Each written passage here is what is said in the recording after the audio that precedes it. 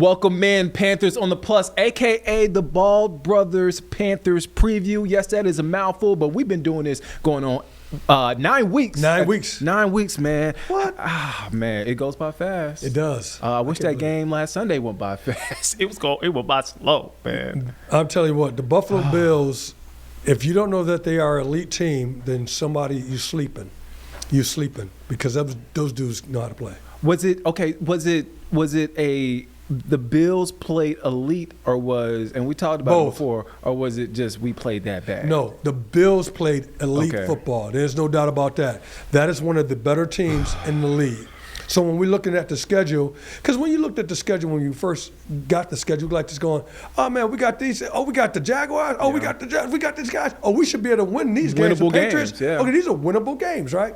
Then you looked at, hold up, you got what we said, Dallas. You got Dallas, and you said you have Buffalo, and then you got the Packers coming up. Yeah, man, that might be a stretch. It's a tough stretch. It's a tough stretch, and not to mention that the Bills are that good.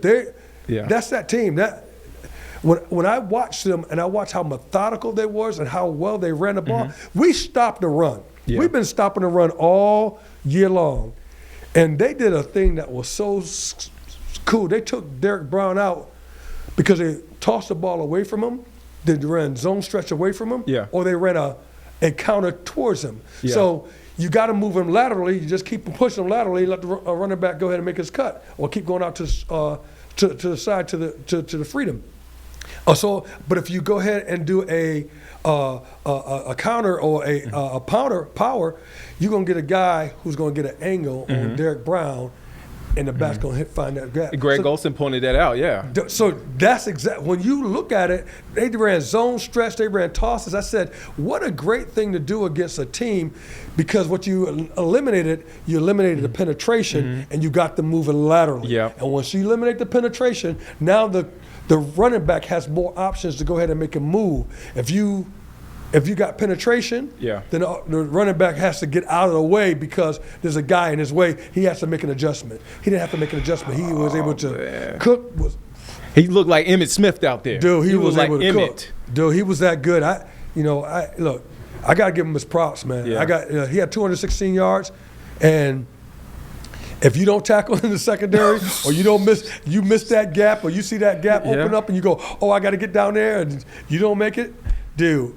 That's why we always say this. If you're a safety, you're the last person in the image. And typically, if you miss a tackle, it's a touchdown because there ain't nobody else behind you. All right? You know this. That's right. There ain't nobody else behind you. So, look, you got to be one of the surest tacklers. Yeah. You know, I got 1,441 tackles in my career. Woo. And I have a lot of open field tackles. And I've missed some tackles on some really good backs. There's no doubt about that. But I made a lot of tackles. You have to be a sure tackler at the position of safety. If you're not, you are a liability.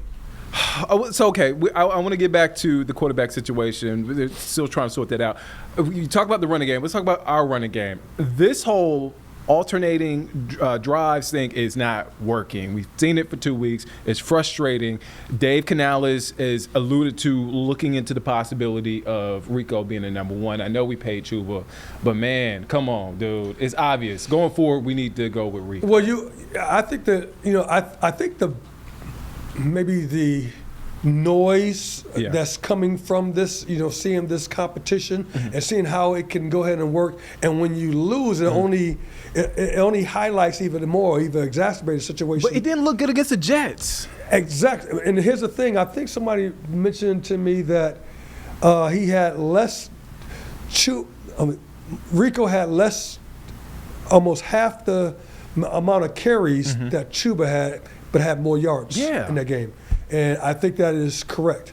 It has more than twice as many more yards. And so I think you do. I think you go with the hot hand. And here it is. You're not going to hurt my feelings or anybody else, because this is not like in little league or pony league football. It's not like everybody gets a chance. Right. Dude, this is your job. It's always about winning. And that's what Coach Canales said. He said he's going to make his decision based on the team and based on winning, and not based on whether, because he loves Chuba and he likes Rico Dowdle. Yeah, but not based on who he likes. He should I'm going to be critical. He should have made that decision a long time ago. He should have. But we're here now. Yeah. And we face a guy like Micah Parsons. So what? Having a guy like Rico, that'll say he's the starter and he is the high hand. What does that do to offset a guy like a Micah Parsons? Dude, don't forget, we got a number of guys that got hurt on that offensive line. Oh, that offensive line is banged up too. It's banged up, and so I think we get Chandler Savalas back this week. Maybe Moton. I'm gonna tell you, man. Besides Myles Garrett, he's the best player in the league at defensive end. Hands down. Hands down. Oh, so you, dude? I'm just telling you. If you don't double team this guy and you just let him have his way with the tackle, your quarterback, Bryce, you better get ready to run because that dude, he's that dude. He's that Reggie White. He's that Aaron Donald. He's that Warren Sapp. He's that Simeon Rice. He's that dude off the edge, man. Yeah. When he comes off the edge, he ain't no joke. That dude will come up there and bust you. He'll bust you right up in the mouth, dude.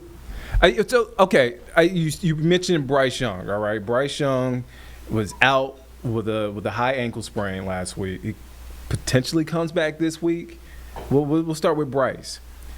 That's a scary proposition, man. Bryce with a bum ankle, and you got a guy like Micah Parsons and that defense? Well, it depends on how severe the high ankle sprain He looks good out there. Granted, but that's not game, as you know. That's not game action. It is. Let me tell you from experience from the high ankle sprain, because I know what it is.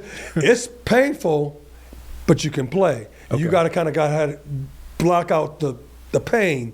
You got to mentally kind of block it out. But when you have, like he had last week, and he was getting healthy, and you have a full 2 weeks, you're going to feel a lot better than what you felt when it first happened. And so hopefully you don't aggravate it even anymore. And that may be the problem because you got Micah Parsons, and they were dialing up things for Micah Parsons with different games they may want to use. So, but I think that he's in a better position. If he were to play last week, I would say don't play him because, dude, you ain't ready to go out there. And now this week, I would go, let me see, tell me how you feel. Because if you're feeling really good, I'm playing you. Bryce's thing, he looks good outside of the pocket, getting the ball outside of the pocket. He's made some good throws in the pocket, but his bread and butter is getting outside the pocket, making something happen.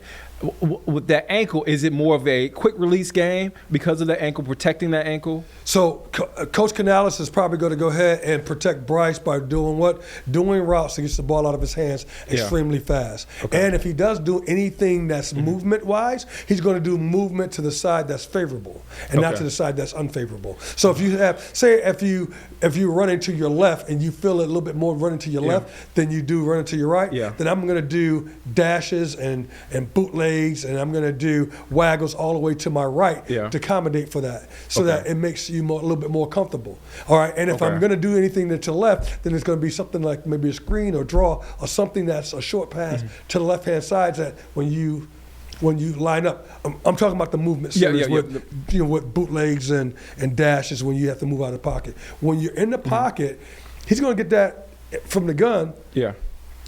1 3-step drop, that ball's coming out fast. That ball is going to come out real fast, and it has to because you got that dude. Yeah. That dude's on that other side, man. Micah Parsons, he's that dude. I'm just telling you. There goes that man. There goes that man. That dude right there he's one of the best in the league. And when you say his name, Micah Parsons, you put some respect on that name because he's that dude. I'm gonna say another name, and we didn't forget about you, Andy Dalton. Andy Dalton. I say his name. I know last week is last week, but your quarterback can get hurt. We've seen it across the league. You need a capable backup. What are we doing with Andy Dalton, man? Well, you didn't expect Andy Dalton to play this badly. No one expected Nobody did. Dalton to have. Is it time to hang it up? Well, nobody expected that poor performance from Andy Dalton. And if I'm just being honest, even when at halftime when he ends up taking the sack, and then we have to do the rush where we bring the special teams, we're ready to go out there, and we end up rushing the thing, but we missed the field goal attempt. Andy Dalton, I would assume that while he's in the huddle, he would tell the guys as they're going out, look, if I don't see anybody, I'm throwing the ball in the back of the end zone, right. because he knows he can't take a sack. Yeah. And the fact that he took a sack, that only goes like this. Hold up, man. I know he couldn't throw the ball out to the sideline. Why? Because it'll be intentional ground. Yeah. So, but not get rid of that ball down the middle of the field through the back of the end zone, I thought that was a missed opportunity, and I don't expect that. I'm being honest because I like Andy Dalton. I don't expect that from Big Red. I don't expect that he would make a play like that or not get the ball out quickly because he knows that time is the essence, and he has to save time. And the other thing, let's go on, let's talk about it too while we're talking about it. Let's go ahead and talk about it. The screen. The screen where, what was it, Shaq? No, Shaq called it out, but I forget the linebacker. It was the outside linebacker. It was the outside backer. Yeah. But typically on that screen, you're going to be able to see if there's a guy that's in there, a linebacker or a defensive lineman that's there near your running back. Yeah. Well, typically what you do is you throw the ball right in the dirt. You throw it right in the ground. And I can't believe that Andy did not see. I can't believe that he did not see, because when he threw the ball, it was right to the other defender. It was right there. It was right there. And so, so he had a bad day. Yeah. So, I can't sugarcoat it. Andy had a bad day. Maybe time to consider a Hendon Hooker or I don't think so. I don't think it's time to consider, because who do you get? And you already know the system. Here's the problem if you make a change like that now is that you got to bring in somebody and they have to learn everything over. They got to learn all this too much. And so it's easier for them, Coach Canales, to stay with them the rest of the season and make a change at the end of the season than it is right now to make a abrupt change, because he's the guy that you groomed. See, every time we have Eugene on, my blood pressure starts here and then it lowers. So thank you, Eugene, for lowering my blood pressure. I was getting a little irrational. We're going to continue the conversation. We're going to take a quick break. We're going to talk about the defensive side of things when we come back here on Panthers on Plus, a.k.a. the Ball Brothers Panthers Preview, Week 9. We'll be right back.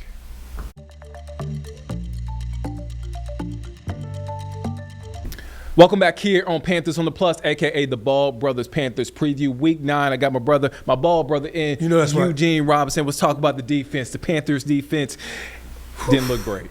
It didn't. James Cook, you mentioned it, 200 plus. He cooked. He was chefing it up. 200 plus yards. Looked like Emmitt Smith.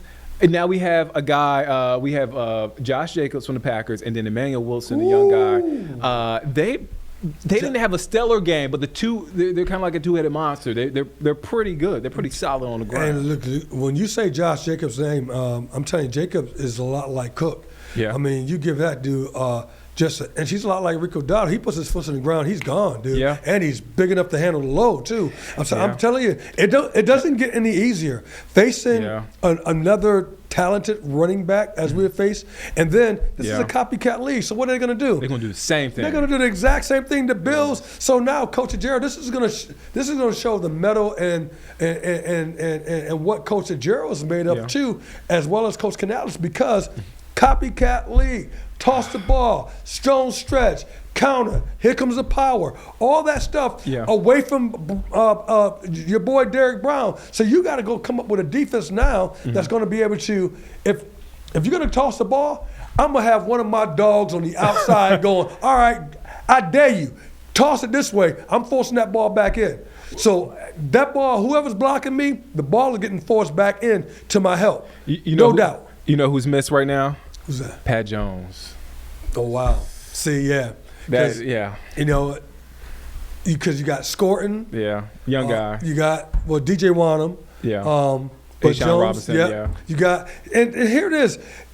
When you run, and I know this all too well, we faced the Denver Broncos in a Super Bowl, and how did they beat our defensive front, which was Reggie White, Gilbert Brown, Santana Dawson at the time, Gabe Wilkins. We had a crew, and Gabe got hurt. What they did was they made them run laterally, dude. Yeah. And not all Terrell Davis was doing of them 2,006 yards. He had that season. He was going, okay, I'm running, I'm going to stretch it out. Boom, I'm cutting back. If he cuts back, there's going to be a linebacker linebacker or safety, one of us have to be there. And for that, if the lineman doesn't get off the block and make something definitive happen, he has a two-way go, and it messes things up for the guy behind me or the linebacker, because now he has two options. And now I can't play the guessing game. I have to wait, and that gives him an advantage. So I'm telling you, copycat league, get ready. That ball's going to get moved. You're going to see that zone stretch, and you have to get penetration. This is going to be on Coach Gerald right here to make sure he's able to get penetration.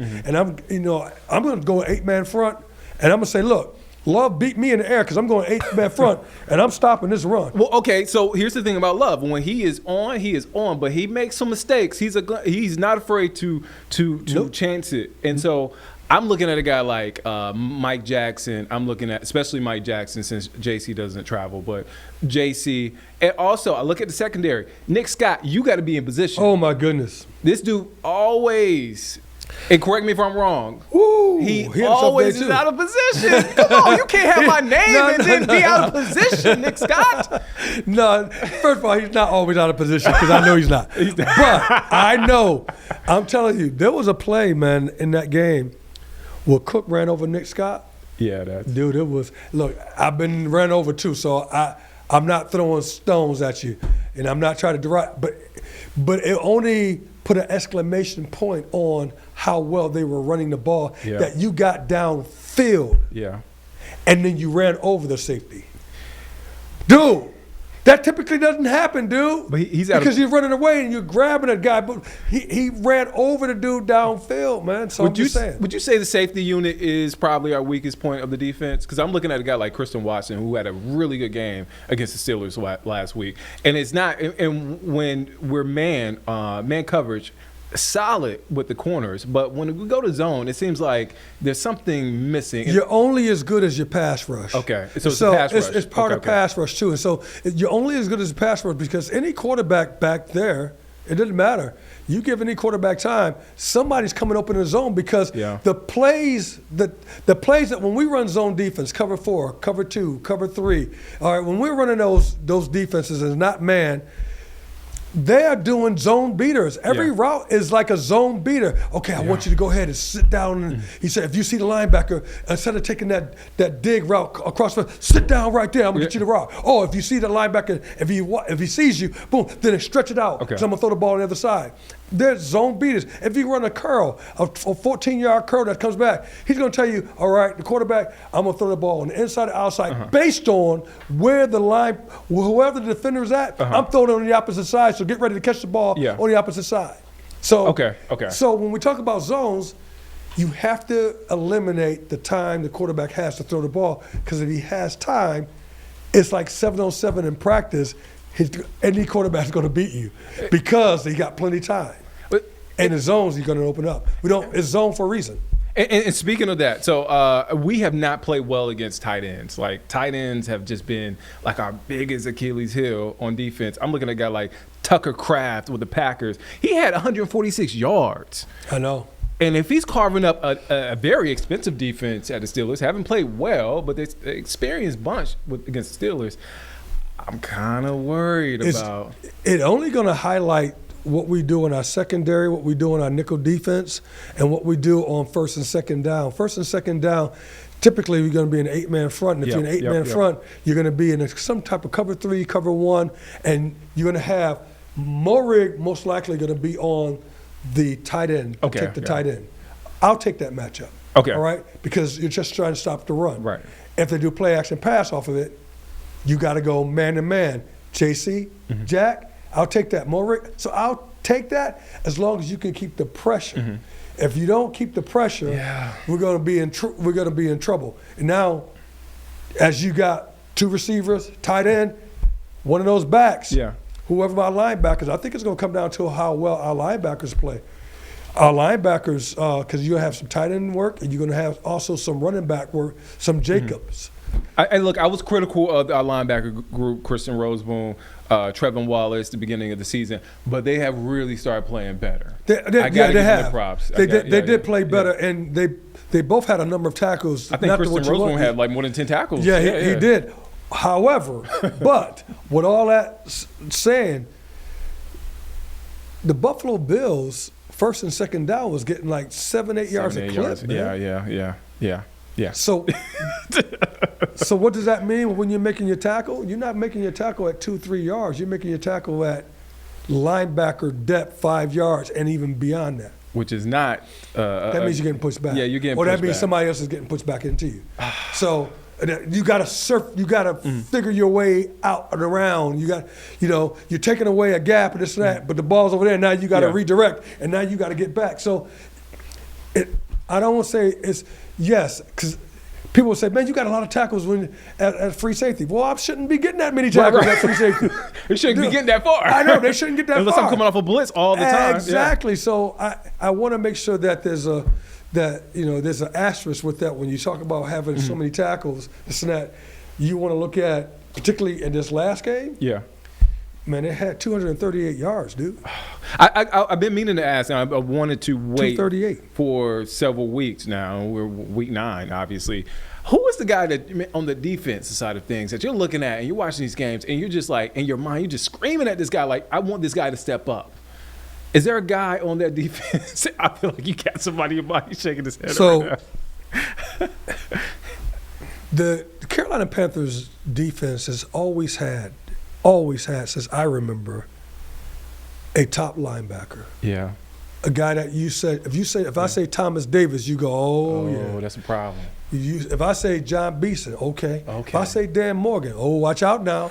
Don't hurt nobody. Yeah. If I say Luke Kuechly, please. First ballot Hall of Famer. First ballot. If there was always a focal point, a guy. Yeah. Shaq Thompson. There was a guy. Yeah. Our defense was so linebacker-centric that was the focal point in that defensive front, all right? Made everything else better. So if it's hard for you to go ahead and call the person's name, right? You go, okay, Wallace and Roseboom. Yeah. But you don't call their name with the same. Now, I think they did a great thing. And Coach Ajero, he switched the responsibilities from Roseboom and from Wallace. Yeah. Once he has the green dot, Wallace is now listening to the coach, calling plays, making those adjustments, taking that strain off of Roseboom so he can just go ahead and eat and be fast. One thing he knows about, he's fast. He gets that, and he's going to do some damage. However, with all that saying, this team has always been prided on a focal point at linebacker, and I find it hard-pressed to find where's that guy. Hey, man, linebackers step up. Defense step up. We're going to see what they're made of at Lambeau Field. We're going to take a quick break. We'll be back here. We got more takes. We'll be back here week 9. Panthers on the Plus, Ball Brothers Panthers preview. We'll be right back.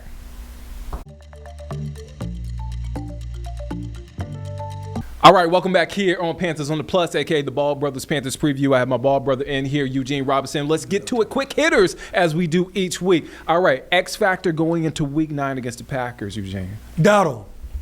Got to have him. Okay. I got to have him. I got to have him get more carries. Yeah, Canales. I want him to eat. Yeah, Canales. Let him eat. I'm calling out Canales. I'm making that move. I'm going to give him much more touch. I don't want him to touch the ball 7 times. I want him to touch the ball 25 times. Okay. All right. Well, okay. I like that. All right. I didn't write this on the list, but I thought about this. Man, you played in the NFL for a long time. Favorite memory playing there at Lambeau Field? Oh, wow. Lambeau Field. I caught you off guard with that one. Yeah, here we go. The Mud Bowl, we played in the Mud Bowl to get ready to go off to the Super Bowl in 1996 or 97. I can forget what Super Bowl it was, but we played in the mud. And in the mud, I had like 2 or 3 interceptions. In the mud? What? Holla at your boy. Oh, okay. All right. Yeah. All right. I had 2 interceptions. My third one I ended up maybe dropping because of the mud, but I had like 2 picks in there. And this is why he's one of the greatest players in Seahawks history. As a former player, sticking to this thing, another quick hitter. After a tough home loss, you're on the winning streak, you have a tough home loss, and you go on the road and you face a tough opponent. What has always been your message to the guys back when you had the jersey on? So it's not what you did last week is what you're going to do this week. Yeah. And then you have that 24-hour rule, and then you have to – that team is prepared, you're prepared, all right? One of the differences, and I would say this as a captain, if your want to ain't higher than the other dudes want to, if you don't know where it's at, or you sick or you're hurt and you can't be out there, I don't need you. Yep. You would be doing. I don't need a body. I need somebody with that want to going, hey, we're about to bust these cats up and punch them in the mouth, lickety split.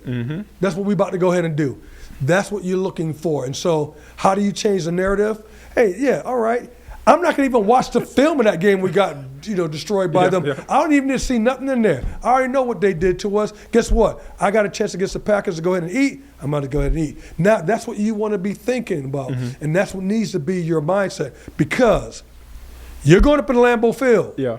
It ain't no joke, dude. Those fans are rabid, and they play they play some really great ball down there, no doubt. Historically, they are really good and a great home team. And they haven't been bad in 40 years. They haven't been bad in 40 years. I'm just saying. So get ready for a fight. Yeah. Be prepared for a fight. So when you go up there, get your mind right and get ready for a fight. You know what? That sounds like the same pep talk you should give to Carlene's USC Gamecocks after a tough loss against Alabama. Oh, my goodness. That's right. That's right. You got to get my Gamecocks. Yeah. I got heartbroken. Oh, I'm sorry. I'll make it through. Yeah, you will make it through. That's right. All good, Carlene. We got you back. Oh, my goodness. That's right. Yeah. We're rooting for South Carolina.